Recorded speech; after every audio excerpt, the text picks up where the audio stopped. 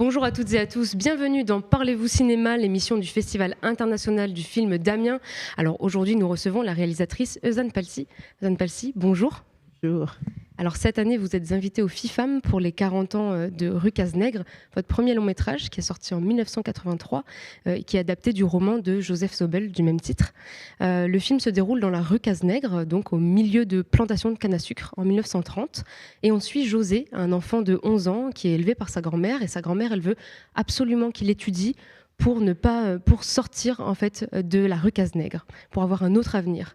Je me demandais, d'abord aussi une autre précision, vous êtes d'ailleurs la première française à avoir reçu le César de la meilleure première œuvre pour ce film. Je me demandais, Eusanne Palsy, en quoi la colère est un moteur pour vous? Oui, je dis souvent que la colère, c'est mon fuel. Pourquoi la colère? Mais une colère que je veux créatrice, hein, toujours.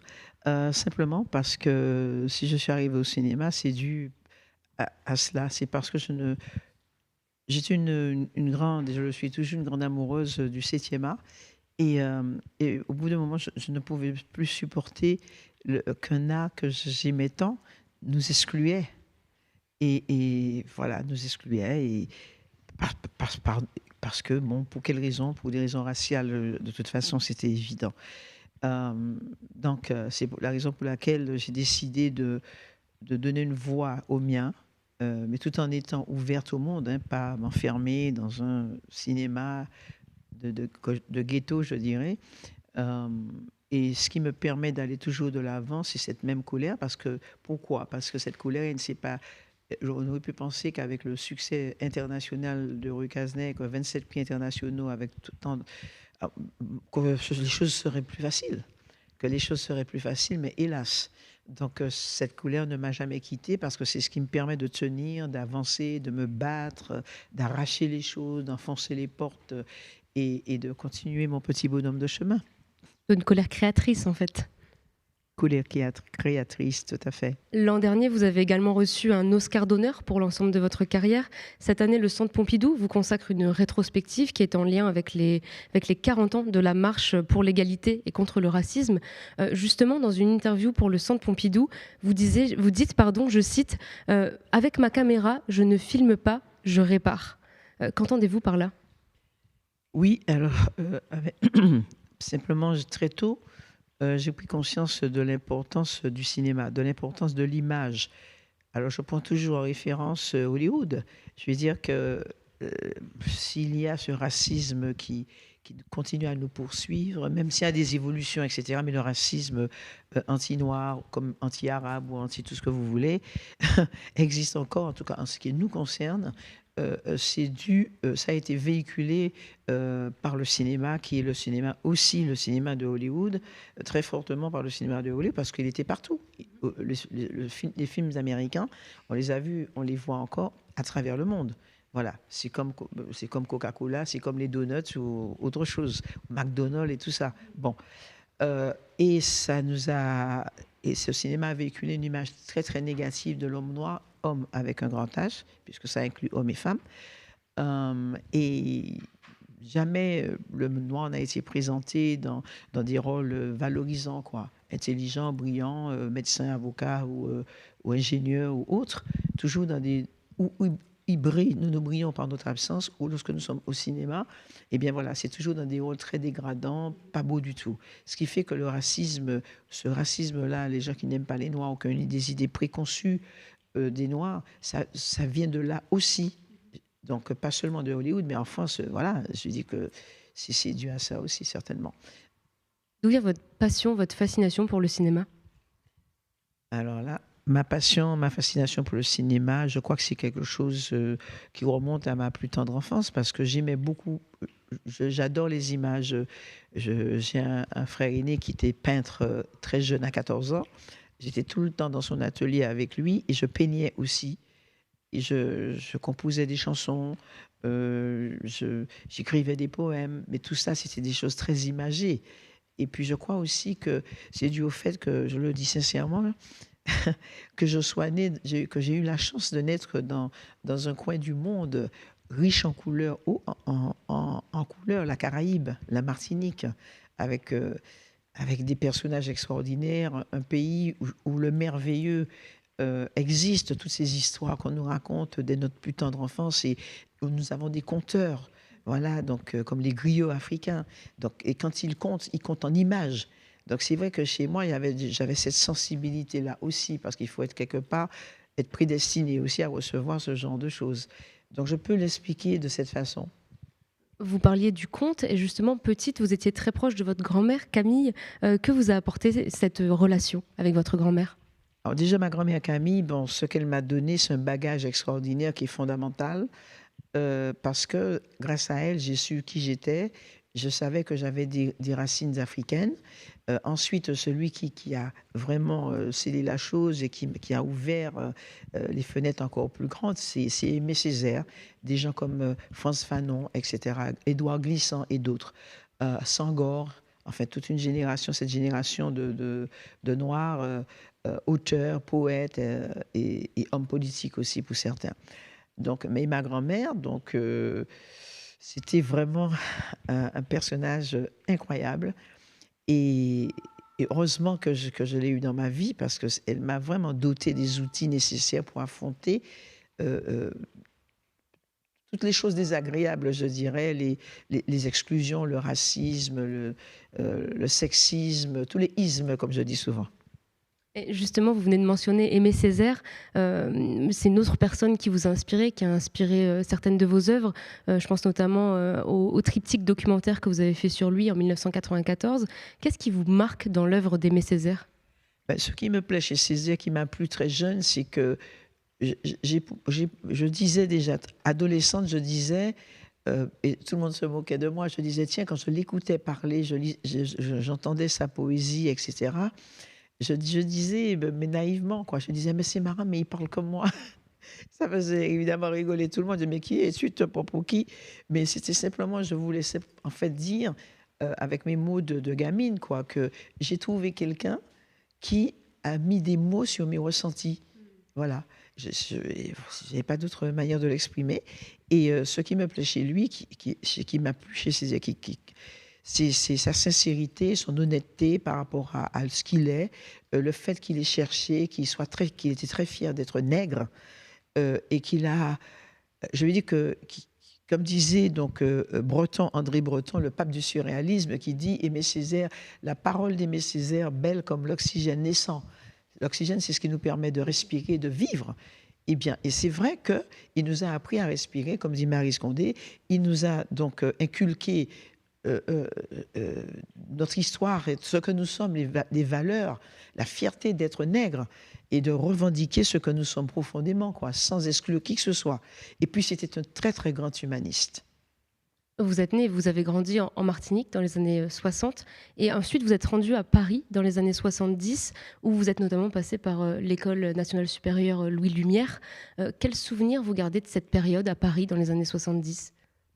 Bah, écoutez, j'arrive à Paris, je dis toujours que c'est à Paris que j'ai découvert le racisme. Voilà. Donc, c'était pas très agréable, mais bon, comme je dis, ma grand-mère, ben, je repensais à tout ce qu'elle me disait, quoi. Ben, écoute, si quelqu'un met une barrière devant toi, t'insulte, dit que tu peux pas aller là parce que tu es trop petite ou tu es noire ou tu es une fille, eh ben, tu sautes par-dessus cette barrière et tu traces ta route et tu en vas paître cette personne, quoi. Et si on te jette on te fait sortir par la porte, tu reviens en sautant par la fenêtre. Il faut s'accrocher. Et donc, bon, c'est ce que j'ai découvert en France, le racisme, voilà. Et puis la solitude. La solitude, parce que c'est vrai que aux Antilles, les gens sont très solidaires entre eux. C'est la famille, tout le monde se connaît. Et j'arrive dans cette capitale où les gens, c'est chacun pour soi. Il n'y a pas de partage, pas de quartier, comme on dit. Euh, bon, puis j'arrive en résidence universitaire et c'est là que je vais vraiment me faire des amis et que je rencontre aussi la fille de François Truffaut, qui était un de mes spiritual mentors. Et voilà. Justement, pour revenir sur votre rencontre avec François Truffaut, comment ça s'est passé déjà votre rencontre? Et ensuite, qu'est-ce qu'il vous a apporté? En fait, moi, j'étais fascinée par. J'avais quelques auteurs, comme quelques quelques réalisateurs que j'affectionnais. Donc voilà, quand j'étais adolescente, il y avait bien sûr Truffaut en tête avec tous les films qu'il a fait, que je sentais qu'on avait des choses en commun, comme l'enfance, comme l'éducation, etc. Et puis la famille, bon. Il y avait aussi Alfred Hitchcock, il y avait Costa Gavras, Bergman, enfin il y a Orson Welles, Sam Ben Ousmane et d'autres cinéastes, Oumarou Ganda ou Paulin Vieira, qui étaient des Sénégalais et autres. Donc tous ces gens m'ont apporté, mais Dondo aussi, ils m'ont apporté beaucoup de choses, qui m'ont nourri, si on veut, par rapport à ce que j'étais, mes recherches, retrouver mes racines, qui je suis, pour être bien campé et pouvoir parler vraiment, dire ce que je pense avec honnêteté et être en même temps libéré. Voilà. Donc, Truffaut, qu'est-ce qu'il m'a apporté? Eh ben, écoutez, déjà, quand j'ai rencontré Truffaut, j'avais déjà mon scénario de Rue Cazenègre. Il a lu ce scénario et il m'a dit, mais c'est magnifique, c'est formidable. Donc, il m'a donné quelques conseils, genre, par exemple, cette scène-là, je la mettrais au niveau de la structure, je la mettrais plutôt beaucoup plus loin, ici, sur la structure comme ça. Mais le contenu, rien. Et au contraire, il a découvert un monde qu'il ne connaissait pas, d'ailleurs, lui-même l'a dit plus d'une fois. Et puis, il m'a soutenu. Il m'a beaucoup soutenu dans mes pérégrinations pour trouver un producteur. Il me recommandait à des gens en se disant, oui, mais voilà, ça y est, elle va pouvoir trouver l'argent pour faire le film. Eh bien non. Parce qu'il ne disait pas aux gens, comme j'aime à dire, il disait oui, elle a du talent, elle a écrit un très très beau scénario, mais il ne leur disait pas qu'elle est noire, parce que lui, c'était le cadet de ses soucis. Bon, c'était pas un raciste. Donc, et quand les gens arrivaient, puis les gens voyaient que bon, ben je suis jeune, je suis noire, et puis il faut dire aussi, il y avait combien de jeunes filles réalisatrices ou de jeunes femmes réalisatrices à cette époque? Il n'y en avait pas des masses. Ça, je veux bien le croire. C'est encore compliqué aujourd'hui, je pense. Parmi vos films phares, il y a aussi Une saison blanche et sèche, qui est sortie en 1989, avec Suzanne Sarandon, Donald Sutherland, Marlon Brando également. C'est une adaptation d'un roman d'André Brink sur l'apartheid. Il paraît que vous avez pris beaucoup de risques pour préparer le film. Comment ça s'est passé? Beaucoup de risques. Ah oui, de risques, oui. Oui, parce que l'apartheid, je pense qu'on a tous vu les images, les horreurs, je vais dire, à la télévision. Et on a vu une partie des horreurs, ce qu'on nous montrait à la télé. Mais ce qui se passait dans les cachots sud-africains, dans les locaux des policiers, on ne nous a jamais montré ça. Donc, seuls ceux qui ont vécu ces choses-là pouvaient en parler. Et donc... mais moi, il fallait que j'aie accès à ces gens-là. Et l'auteur du roman n'avait pas accès à ces gens-là, puisqu'il y a l'apartheid, il est blanc, il est africaneur, il a donc, en lui-même, il est pisté par la police, surveillé, son téléphone sur table d'écoute, son courrier ouvert, etc. Donc il fallait que je me débrouille, trouver des aides pour pouvoir... des contacts avec des Sud-Africains qui bien introduits pour pouvoir justement m'ouvrir les portes et me permettre de rencontrer ces gens qui ont été torturés pour avoir leur témoignage. Donc c'est ce que j'ai fait à Soweto, clandestinement, et pour pouvoir ensuite quitter l'Afrique du Sud, rentrer à Paris, m'enfermer, écrire le scénario. Il paraît que vous avez aussi rencontré Nelson Mandela à sa sortie de prison. Quand Mandela est sorti de prison, un an, l'année d'après donc son élection, il a vu le film. Et parce que lui, il était en prison et 2 mois après la sortie du film, Mandela fut libéré. Ce n'est pas grâce à mon film, mais c'est simplement, il s'est trouvé que 2 mois après, parce que les négociations allaient bon train depuis un moment, et donc il est sorti 2 mois après. Donc voilà. Ensuite, il y a eu son élection, il y a eu tout ça, et il a voulu, en tant que président, c'est lui qui a pris contact avec moi pour que je puisse... il voulait rencontrer cette personne, cette femme, qui a pris autant de risques et qui aurait pu être massacré parce qu'il en savait quelque chose, se jeter dans la gueule du loup pour pouvoir recueillir des témoignages et me mettre en danger, mais mettre en danger aussi tous ceux que j'avais interviewés parce que j'avais une cassette. Donc, et qui avaient dénoncé un petit peu tous ces crimes parce qu'ils les avaient subis dans leur corps, dans leur chair. Et il voulait rencontrer cette personne. Et et aussi parce qu'il avait fait un film avec autant de véracité. Il n'y a pas de fiction dans tout ça. Donc, et c'est ainsi qu'on a passé une semaine ensemble. On a parlé de plein de choses. Voilà. Est-ce que vous considérez vos films comme des films politiques? Tous mes films sont politiques. Pourquoi? Parce que je parle de l'humain. À partir du moment où on parle de l'humain, si on s'intéresse à l'humain, on s'intéresse à ses défauts, ses qualités, ses combats, ses succès, ses peines, ses revendications, etc. Donc c'est vrai que je dis tout est politique en fait, quand on réfléchit bien, si on est honnête. Donc, et comme mon cinéma est un cinéma de la mémoire, un cinéma comme je dis, de la transmission, un cinéma aussi de réhabilitation, forcément qu'on peut le considérer comme un cinéma politique, des films politiques. So be it, comme je dis, tant pis, tant mieux. Oui, pourquoi pas.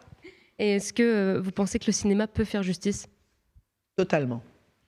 Et c'est pour ça que je fais du cinéma. Je fais du cinéma parce que c'est ce qui nous permet la mémoire, d'enregistrer cette mémoire. Parce que comme je dis, plus jamais un enfant noir, c'est le meilleur exemple que je puisse donner, on ne pourra lui dire qu'il est descendu de l'arbre comme un singe, parce que souvent, vous entendez le plus grand mépris de nos compatriotes de l'Hexagone, de certains compatriotes de l'Hexagone, les racistes évidemment, quand ils méprisent le nègre, ils disent sale nègre, ou bien ils vous disent si vous n'êtes pas content, rentrez chez vous, remonte dans ton cocotier. Voilà, comme si on était des macaques. Donc j'ai souvent entendu ça, parce qu'on me l'a dit à moi. Si tu n'es pas contente, la négresse, tu dégages, tu retournes chez toi, retournes dans ton cocotier. Un homme qui m'a fait une injustice, je suis à la poste et je fais la queue, et il y avait tout le monde qui était là, et c'était à moi d'aller au guichet, et il s'est mis devant moi, et puis j'ai dit, mais attendez monsieur, je suis loin d'être invisible. Il m'a répondu cela. Mais c'est d'une violence assez inouïe. Oui. Et je me demandais, est-ce que vous avez la sensation que les choses changent aujourd'hui? Je veux dire que grâce à cette nouvelle génération qui est là, et puis aussi on est à l'ère de l'Internet, des réseaux sociaux, donc je veux dire que quand on parle à des jeunes de racines, de couleur de peau, ils vous regardent comme ça. Ils se disent, mais bon, de quoi tu me parles? Comme m'a dit un producteur qui faisait des dessins animés et qui dit à son fils, oui, mais tu sais, qu'est-ce que tu penses? On m'a proposé un dessin animé avec des personnages noirs. Je sais pas, et tout ça. Il dit, mais de quoi tu me poses là, de personnages noirs? Mais j'ai des copains blacks. Mais quel est le problème? Et c'est comme ça qu'il s'est dit, mais ah bon, mais mon fils m'a dit ça, il m'a ouvert les yeux. Parce que je me disais, oui, machin. La nouvelle génération ne s'encombre pas de ce genre de choses, heureusement. Et d'ailleurs, vous regardez les jeunes blancs, ils font des dreads, ils s'habillent comme les jeunes noirs, ils écoutent les mêmes musiques, ils partagent, je dis, les mêmes cookies, les mêmes gâteaux. Et ils vont au cinéma, ils partagent beaucoup de choses. Donc, grâce à cela, les choses évoluent. Mais il y a toute une génération qui, justement, reste avec ça bien ancré et tout. Mais là, comme dirait Aimé Césaire, les nègres les emmerdent. Voilà, c'est tout. Voilà. On pourra peut-être encore les faire évoluer, nous. Qui sait? On espère, en tout cas. J'ai une dernière question, Ezan Palsi. Quels sont vos projets en ce moment et pour les années à venir? J'ai pour habitude de ne jamais... ce n'est pas de ne pas répondre à votre question, ni vous vexer. Pas du tout. Mais j'ai pour habitude de ne jamais parler de mes projets. Pourquoi? Parce que je suis très pragmatique et très... Bon, je me dis, aujourd'hui, je vais annoncer, par exemple, j'ai 6 projets. Je vais annoncer que parmi ces 6 projets, voilà, mon prochain film, ça va être ça.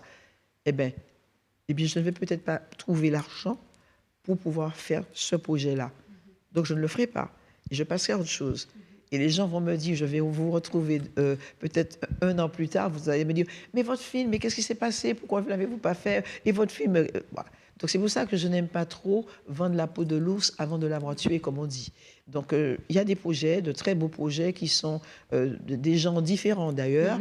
Il y a des comédies, il y a des films de suspense, il y a des dessins, de l'animation, etc. Et bon, je n'ai pas encore pris ma décision par quoi commencer, mais ça ne va pas tarder. Mais on va voir. On va voir. On sait juste qu'il y a des projets en cours. Tout à fait. Mais écoutez, merci beaucoup, Zane Palsy. Je rappelle que vous êtes invité au Festival du film d'Amiens pour les 40 ans de Rue Cazenègre. Il y a également une rétrospective sur votre carrière au Centre Pompidou en ce moment, du 8 au 19 novembre. Notre émission touche à sa fin. Vous pouvez retrouver tous les épisodes de Parlez-vous cinéma sur les réseaux sociaux. À la prochaine. Merci beaucoup. Merci à vous. Merci pour l'échange. Merci.